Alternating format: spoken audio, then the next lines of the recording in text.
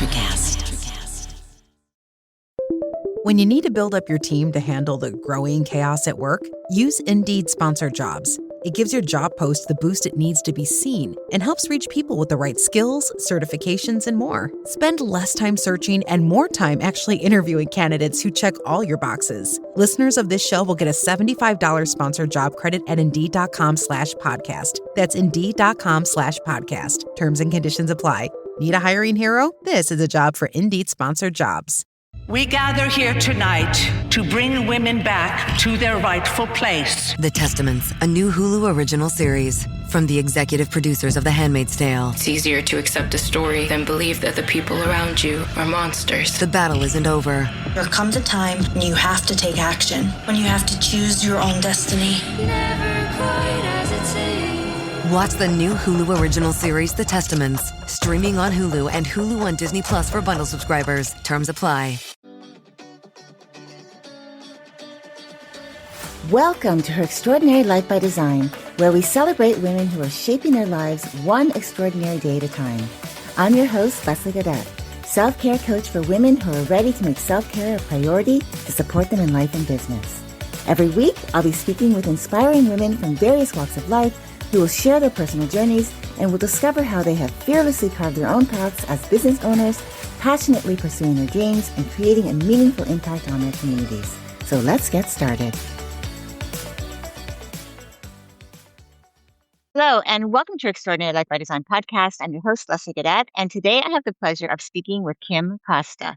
Kim is a top 5% realtor with Atlanta Fine Homes and the visionary creator of the Wheelhouse Method, a transformative approach that helps women align their homes with their most authentic selves.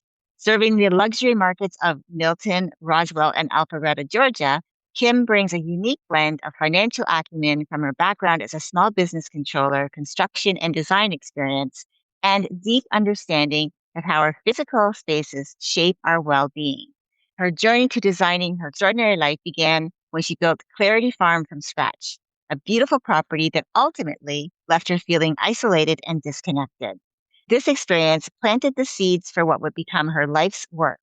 Years later, after winning an essay contest for the Oprah Winfrey Show, she made the bold decision to decline filming because her home didn't reflect her true self, a pivotal moment that crystallized her understanding about the disconnect between how homes look and how they actually support our lives. These profound realizations led Kim to transition into real estate about 15 years after her Clarity Farm experience, where she developed the Wheelhouse Method, evaluating homes across 8 life dimensions: career, finance, health, relationships, personal growth, environment, recreation, and spirituality. Today, Kim's an author, a host on American Dream TV, and creator of the Live in Your Wheelhouse podcast. She's on a mission to help women create living spaces that truly support their most extraordinary lives. And I love that. So, Kim, I'm so excited. Welcome to the show. Thank you. I'm so glad to be here. Yeah, well, first, when we got connected, I was looking at what you do, and I thought, this is such a unique approach, and we talked about it, a unique approach to our living space. I've heard of feng shui. People talk about the things that you put in your home, where you put them in your home, how things should be together. Some things shouldn't be considered part of the same decor. But I really loved that you came from this different perspective of all of the things that affect our lives, like our career, our finances, our health, our relationships with ourselves, with other people, how we're growing personally, because I feel like learning is growing, the environment we live in, any recreational things that we do, and also our spirituality. I think all of those play into the wholeness of who we are.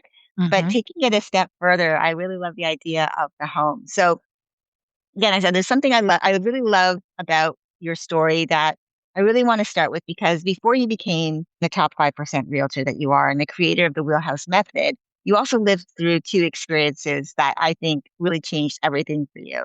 So I mentioned it earlier. You built Clarity Farm from scratch, which is a beautiful property that ultimately left you feeling isolated and disconnected. And then you won an essay, a contest for the Oprah Winfrey Show. And you made a very bold decision to decline filming because your home didn't reflect your true self. So can you take us back to those moments and share what they revealed to you about the relationship between our physical spaces and the lives that we're actually living, like from your perspective? What happened? Sure. So I think whenever you're not aligned with where you're living, it shows up as a pain point, like you're frustrated. So at Clarity Farm, it was absolutely stunning. It was like Southern living, cover worthy, beautiful home.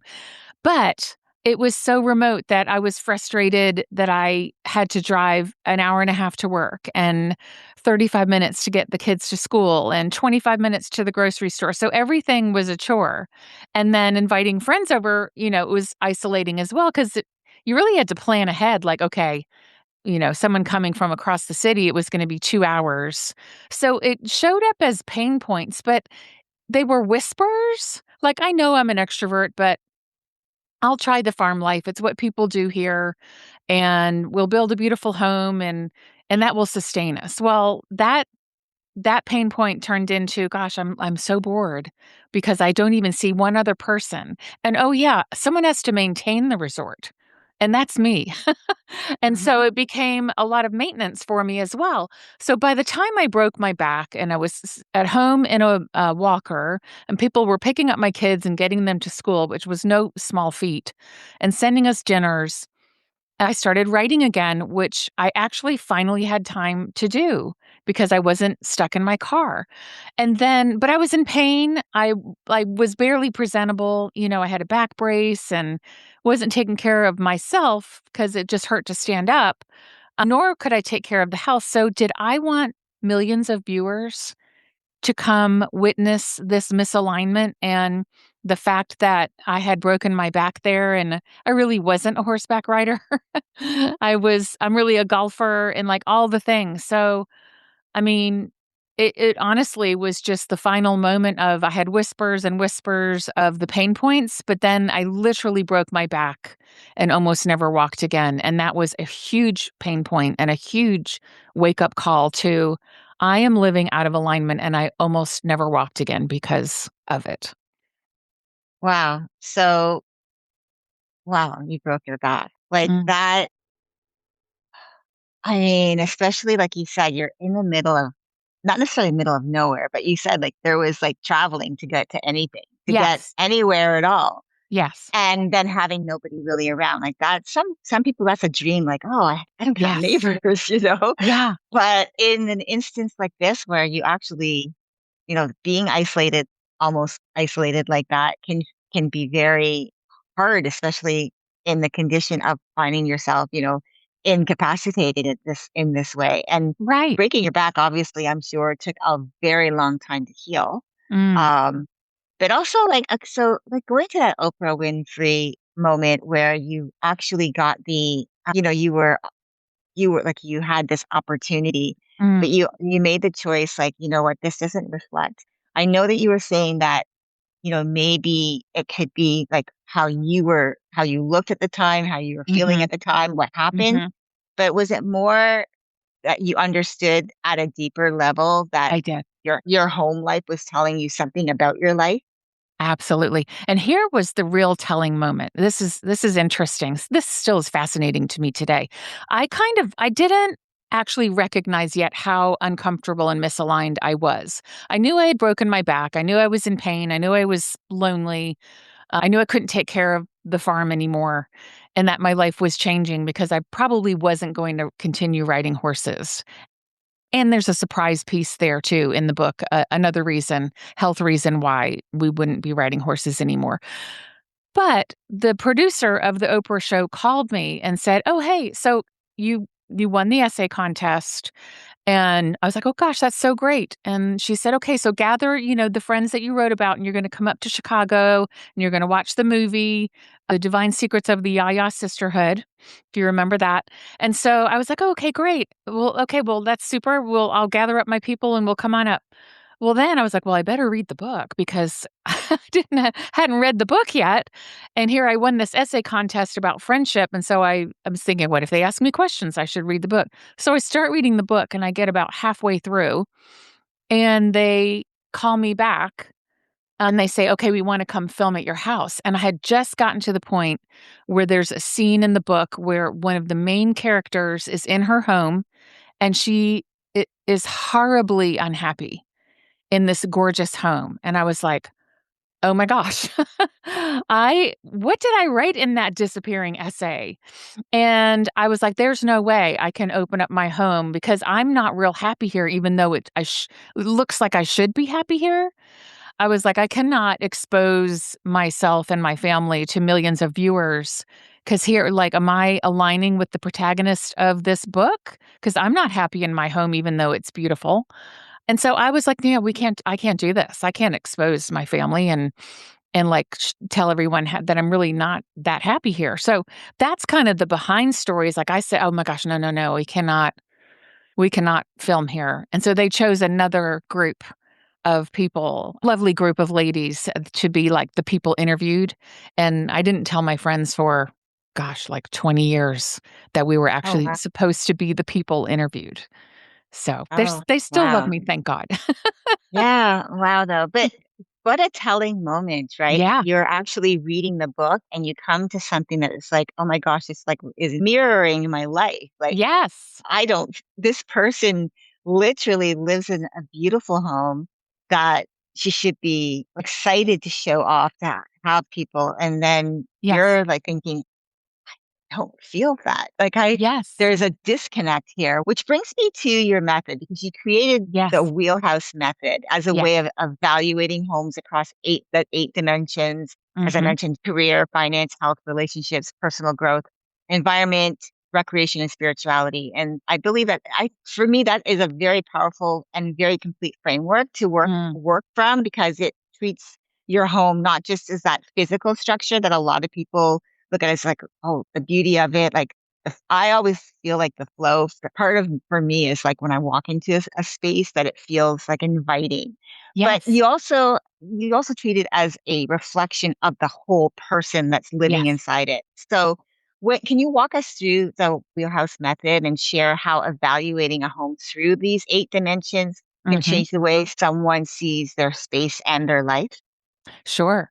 So so along with those 8 sections, I really encourage people to start at the foundation, like the foundation of a house, and that's the 4 M's. First is myself, who am I? My values, personality, what do I like to do? Mastery, have I mastered some gifts that I have been given? Mission, how am I using those gifts to help other people? And then mate or mates. Who is my partner? Who are my friends? Who do I allow in my house? Do they see and support me or do they sabotage me? So that is the alignment. And from there, to really delving into who you are and how you were made and what makes you happy and how you want to live the next stage of your life, you go into what environment can I create by looking at these 8 areas to support that person? And so you have to start from home base, which is yourself. And then you align everything around what would my ideal lifestyle look like so that I can support my mission and master my gifts and have my mates over and truly be seen and supported for myself. Yeah. Well, when you think about these eight dimensions, and Mhm. especially I love your idea of the four M's, Mhm. which do you find is the most often out of alignment for the people that we work with? Oh gosh, I see over and over again finance, health, and friends and family. Because when you move, it's about life change. And so your finances change for the better or the worse. Well, your career also changes if you're going through retirement or you get a promotion that's heavily tied to finance. But if you're having a baby, you're or 2 or 3, you probably are moving because you're running out of space and your lifestyle has changed. When you become an empty nester, that's a family change as well. So, of them all, I would say family and friends, finance, career, and health, because if your health's deteriorating, you're, no longer perhaps have a primary bedroom upstairs, or you can't maintain the yard anymore, or you need to be close to a medical center, etcetera. Yeah. Yeah, absolutely. Well, I want to circle back to the Oprah Yes. moment because Yes. like I said, it just fascinates me I know. how That was you chose to decline that filming, right? Because again, and then that just what you shared about, like, I'm in the middle of this book that I felt like I should read it before I go. And Yes. then the tables are turned. It's like, well, we want to come and film at your home. And you're like, oh my gosh, like this character is Hey, I'm like me. right. And like, how do, you know? Like, what if it gets misconstrued or they start Yeah. asking questions about Right. how do you feel in your home? And I'm like, I'm in Yeah. my back, I'm in pain. I can't Hmm. maintain it. I mean, I really didn't want to divulge all of that in 2002. No, I'm ready now Right. in Right. 2026, but I Yeah. wasn't But ready back you were then. fresh. It was my family Yeah. home. Yeah. Yeah. Well, I feel it's so remarkable. Like you had such a deep sense of awareness Mm, and the courage, obviously, to say no to one of, I would think, one of the biggest opportunities that most yes. people would never turn down, right? But you did that because, Yes. again, you knew that something important wasn't yet aligned. And I Mhm. want to go into that just a little bit because Yeah. for me, building an extraordinary life isn't just about saying yes to the big opportunities, but to also saying no to some big opportunities. And even Mm, if they don't align with our deeper desire, I like to look at both sides of the coin. So I started reframing, looking at both sides of the coin of yes and no. I always look at it to say, like, and most people would say, like, oh, well, if I do this, what's the worst thing that can happen? Or if I don't mm, do this, what's the worst thing that happened? And I like to reframe it for not even for just for myself, but for anyone that I work with. Like, what's the best thing that could happen on either side of the coin? Like, you know what I mean? Like, mm. yes, what's the best thing that could happen? Or no, what's the best thing that could happen to a situation, whatever decision that you're trying to make? So, Right. my question for you is, what would you say? Let's say, because women listen to this podcast. This is a Mm, podcast, Women's Voices for Women. So, what mm. would you say to a woman who's facing a moment where the bold decision, the bold move is to actually say no to something that looks like a dream opportunity from the outside, especially if it just Mm, feels like it just doesn't align? mm. Well, you have to listen to your gut because I mean, anyone who would have had that opportunity most likely would have said yes. And so, but my gut was telling me, you're not ready for this exposure. Your life is not aligned with how it appears. You're in pain and you can't get it ready. And I was just fearful of exposure, to be honest. Now I'm not, but I've fixed many things in my or I have realigned many things in my life that better suit me, and I don't have to cover up my the way I'm living as I'm really enjoying it because I actually am now. I'm golfing, not horseback riding. I'm no longer an accountant. I'm a realtor writer. I live in the middle of 3 towns. I'm an extrovert. My children are grown. They have their own lives now, and I can freely express myself because I don't need to hold the family together and the household together. So the weight is kind of off my shoulders. So that was my gut feeling that this is going to be too much for me right now. I just need Yeah. to heal. I need to get walking again. I need to be presentable again because so I wrote the essay in January of 2002, and the Oprah show to go to Chicago was in May. So I had some time to heal in between, but I didn't have a lot of time to heal before they wanted to come film. Yeah. So I just had enough time to like put on a back brace and get on a plane. But like getting my house ready was not going to happen. So you have to listen Yeah. to your gut. Like, Mhm. this may seem like a great opportunity, but what is it going to cost you? Yeah.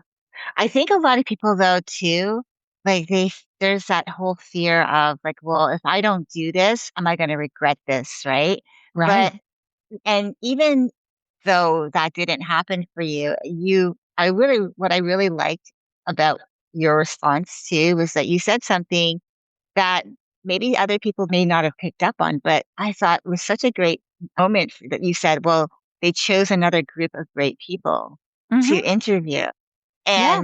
And then there wasn't like that animosity towards it. It was like, you just knew that it wasn't right for you, but that they were able to find someone that it was right for and that you were truly happy for that, Mhm. for them. And I think that's also a very telling thing too. Like it's important to I always feel like if we're not supporting and cheering other people on, then of course we're Mhm. going to keep ourselves from, those opportunities ourselves because we're not like Right. looking at it from that way. And that's why I always say looking at both sides of the coin. Again, I mean, if you'd had this back in the moment, like if we talked back in 2002 and I said, well, Yeah. I could have said to you, like, what's the best thing that could happen if you said yes? And what's the best thing that could happen if you say no? And for you, the best thing that could happen was, you know what? I got to reflect more. I got to heal I better. I got to did. make. And I thought, Yeah. and then there were all these other things that happened. The Yeah. best thing that could have happened on the flip side was that they could have come. It could have worked out exactly in a way that maybe you weren't expecting, but Mhm. it was just. I love the fact that it's like the self awareness is what's right for me without worrying about feeling like I'm going to miss out on something and I'll Mm. never have that feeling again. And I Yeah. think that's where a lot of people. That's why people say yes to a lot of things. Mm. They end up saying like, "Oh, I wish I had said no to." And then when you don't say yes to things, you say in hindsight, "Well, that was such a great decision not to say Yeah. yes to it." But we don't know it in the moment. And I just love the fact that you had the courage to to choose you Yeah. because well, oftentimes we don't, right? Yeah, and I And I think I think too that I had no resolution. I was still in pain. I wasn't really sure if I was ever gonna be able to, like, run again and what my real prognosis was. I was, still doing accounting and lonely and everything like that. So, someone once said to me, "You should wait until you've gotten through your story to tell your story, because if you talk about your story in the middle, it's almost pain provoking for people because there is no resolution." And so the gal who they did interview, she was a breast cancer survivor.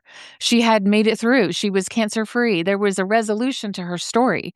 My story was just, I'm in a walker. I fell off a horse. I have a beautiful home. And that, but like, I had not really resolved. I wasn't cured. I wasn't, I hadn't resolved anything. I hadn't changed my life. So now that that part of my story is over, it's like now I can tell the story because I realigned and I fixed the things that were out of alignment. And even if I had been in a wheelchair, I would have survived and done everything I could anyway. I still would have learned, but that didn't happen. And what a miracle. And so that's my story, but I did not know that then. So the story hmm would have just been, oh, yeah, poor Kim, hmm and I'm not a yeah, poor Kim kind of person. yeah, I didn't want to yeah, be absolutely. struggling on national hmm TV. Of course, and Yeah. I can imagine not anyone would ever want that for themselves either. So, Right. but so one of the things I know is that let's talk about Yes. like home buying decisions. I know that a lot of that gets based on the exterior, the look of it, the beauty of a home, if it can impress other people, like because Yeah. people think, oh, like I have this big house and it has all this space, Mm. um, or they what seems like the practical, I guess, choice. Maybe fewer people make home decisions based on what actually supports their that they're trying to build. So, like, I always Mhm. think, like, as I said to you, when I walk into a space, I've walked into some homes where it's like, oh, I don't. This doesn't have that flow to it, like that energy. I feel like Yes. there's an energy to space, right? And Absolutely. I also feel like your home it does reflect how you actually want to live based on the energy that you get from it, because that's Mhm. the energy you bring to it. I mean, that's just my experience. Mhm. But my question is, what does it look like to, I guess, to make those decisions from a place of like that deep self knowledge, Mm. like how they really understand, how they feel, what they truly, truly want this home to really be for them, and how do you Mhm. help your clients get clear on what they actually need from their living space before they make one of the biggest financial decisions of their lives? Yeah. Well, that's a great question, and it first boils down to the functionality in the home. What are you Mhm. going to do in the home? What do you want to do in the home? How big is your family? Do you need 8 people around the dining room? Are the kids gonna be doing homework at the kitchen counter while you're cooking right when you get home from work and you've got to multitask? So you need space for cooking, you need space for monitoring the kids' homework, or do they need somewhere else in the home? They're old enough to do the homework on their own, so you have a study place in the hallway upstairs, where it's quieter and thing that's not so active. So it's like it boils down to how are you going to function in the home? What would make your life easier for this stage of life? Now, if you had toddlers, you wouldn't have a study area upstairs for them. They're not even, it's the functionality of the home. So Aesthetics do play an important part. I do feel like each home has a personality, and some of that can be changed by redecorating and repainting and whatever to put the new person's personality in the home. Really, it's does the personality of the home match the homeowner, and can they function in the home? And those 2 things are the most important things because I have had a home that functions quite well, but it was one of the only homes I've ever bought secondhand, and the former person's personality was really kind like cool leopard skin stuff and but that's not my personality, and I always felt a little bit off aesthetically in the Mhm. home.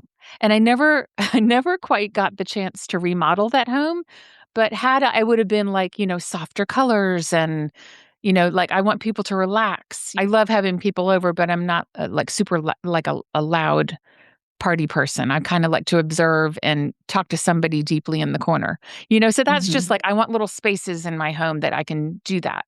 So I think that's like who are you? Who are you? Like, are you loud and fun? And let's do some bold colors and a big bar and a pool table and a pool with lights and fire. And, is that your personality? Or do you want a quiet reading nook and some softer palettes with lots of sun coming in? Yeah. Well, to go a little deeper on that, what if someone is living in a home that makes sense on paper, Mm, but they've talked themselves into staying because of that instead of mm. what it feels like to be hers. You know what I mean? Yeah. I mean, honestly, the biggest thing to ask someone is how do you feel when you're pulling in the driveway or walking in the door? How are you feeling about your home? Are you frustrated? Scared. Scared would be a very bad thing. Like, if your neighborhood's not great or there's a vicious dog next door or someone in your home is hard to live with. That's very much down at the bottom of Maslow's hierarchy, which is what I use, to have people grade their needs.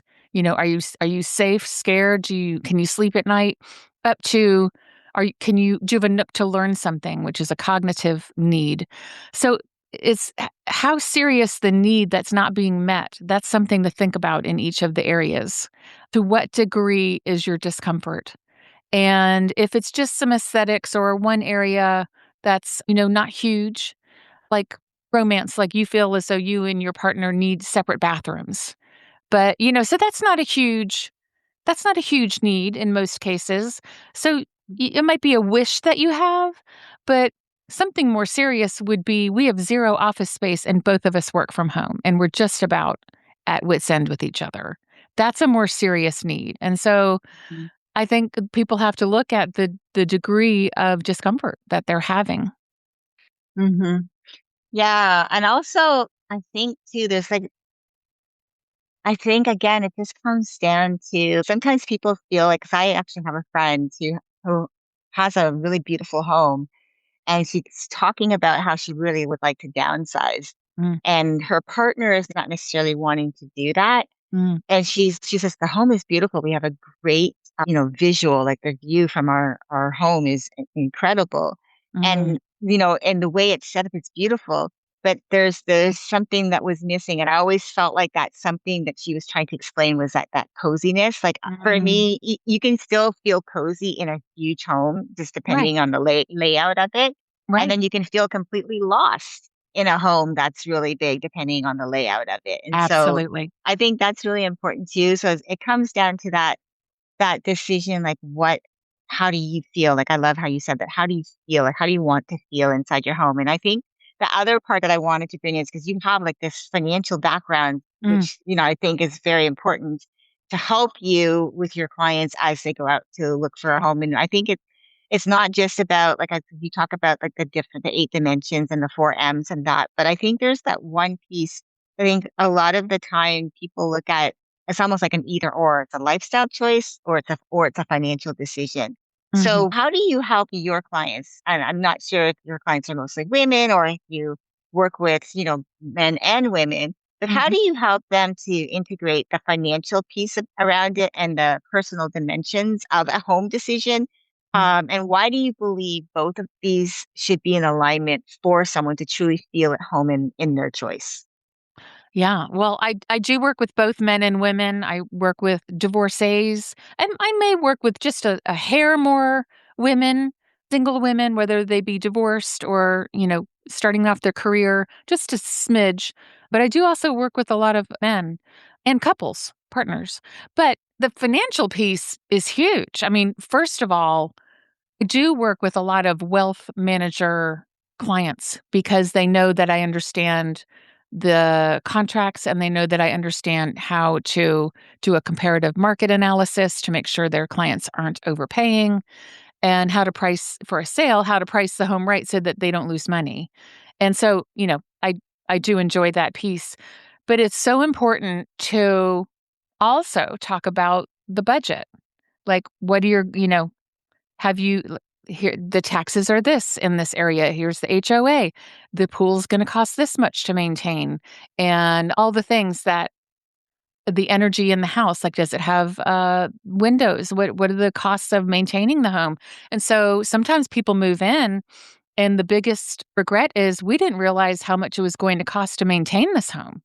And so those things, you have to go over all those areas. Also, are you retiring and all of the equities in your home, a large home, but you wanna live another 20 years comfortably, maybe it's time to sell the big home, move to a more modest home you can physically maintain as well as financially maintain, and not have the worry of, "Is this money going to last?" These are all things that people need to consider. Can you qualify for a mortgage? If you're maybe a young couple starting out, have either of you purchased a home before? If not, one of you could be a first-time home buyer and you have a special rate for that. It's a lot of financial considerations as very specific to what each person's situation is. Yeah. I think too, like when you were mentioning about the overhead, Mhm. I've heard people say like if you're going to have a home, it's like buying a boat as an example. Like Yes. a boat is a great a lot of people think a boat's a great idea. I can get out into the underwater every day, but then they don't factor in like how expensive it is to Yes. fuel your boat and Sure. how fast that the petrol goes when you're driving around on the lake or the ocean or Yes. wherever you are. And Yeah. then the storage costs and all of that stuff. And they don't factor all of that in. They just think of like, I want the boat. Well, it's Right. like the same thing, having the house. Okay, well, one of the things that I also thought about was okay, like when you're buying a house, like is the roof new or are you gonna have when was it last replaced? Are you gonna have to Right. have like that money in the bank to be able to Yes. replace, like there's all of those things, Are the but windows old?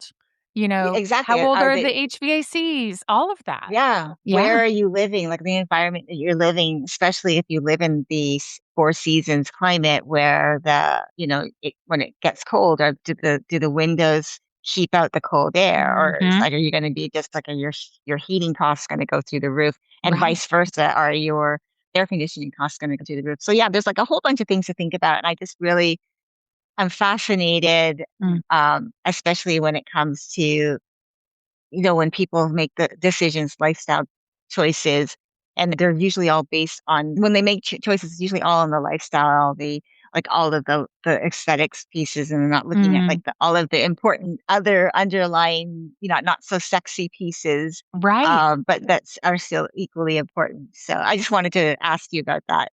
Yeah. I know you wrote a book. Mm. Your book recently went to print. It's out Mhm. there in the world for all of us to read. Know it's important to you. It's important to what you're building and the message that you're bringing to the world. So, can you tell us about the book? Share Mhm. what inspired you to write it and what you want your readers to take away from it. Sure. So the book's called Live in Your Wheelhouse. The wheelhouse is 2 words, and it is an 8-step process to decide whether to stay, go, or reno.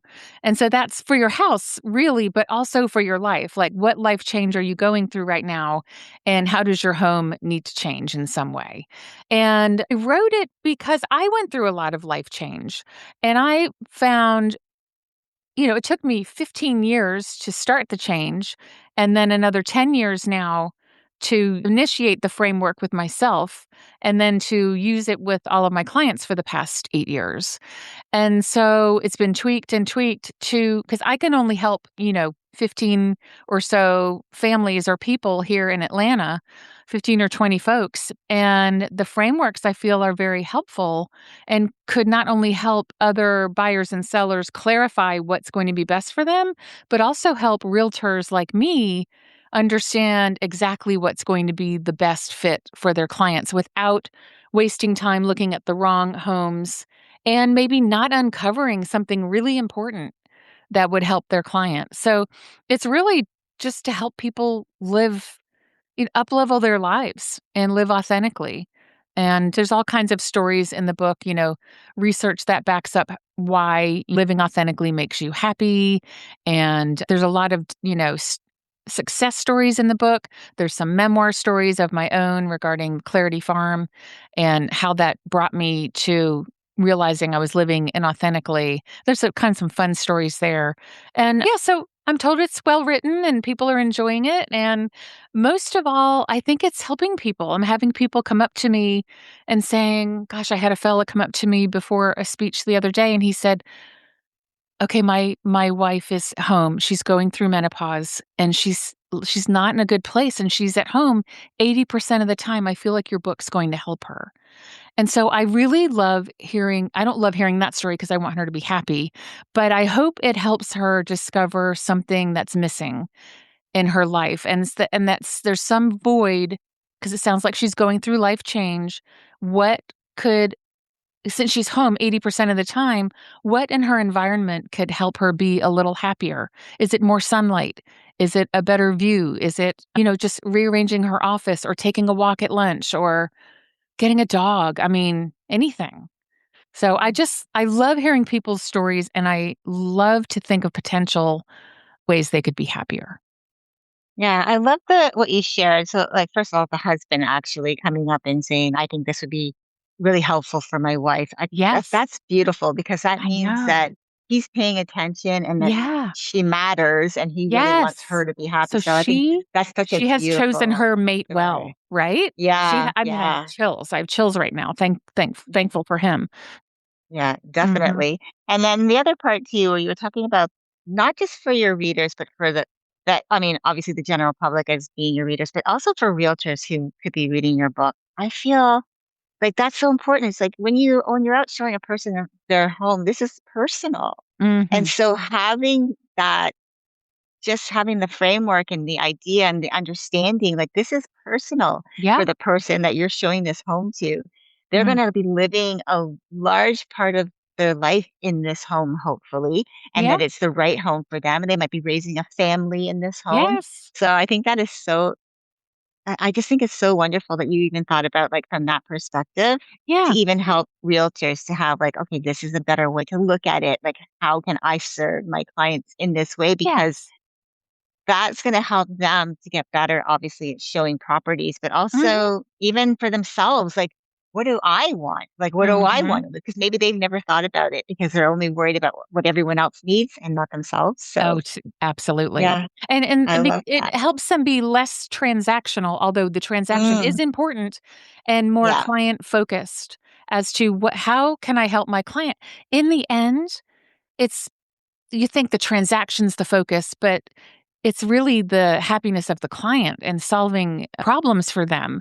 And that breeds referrals and repeat business and things like that. So the best thing you can do for your business as a realtor is make your clients happy. And that comes by solving problems. yeah, Mhm. absolutely.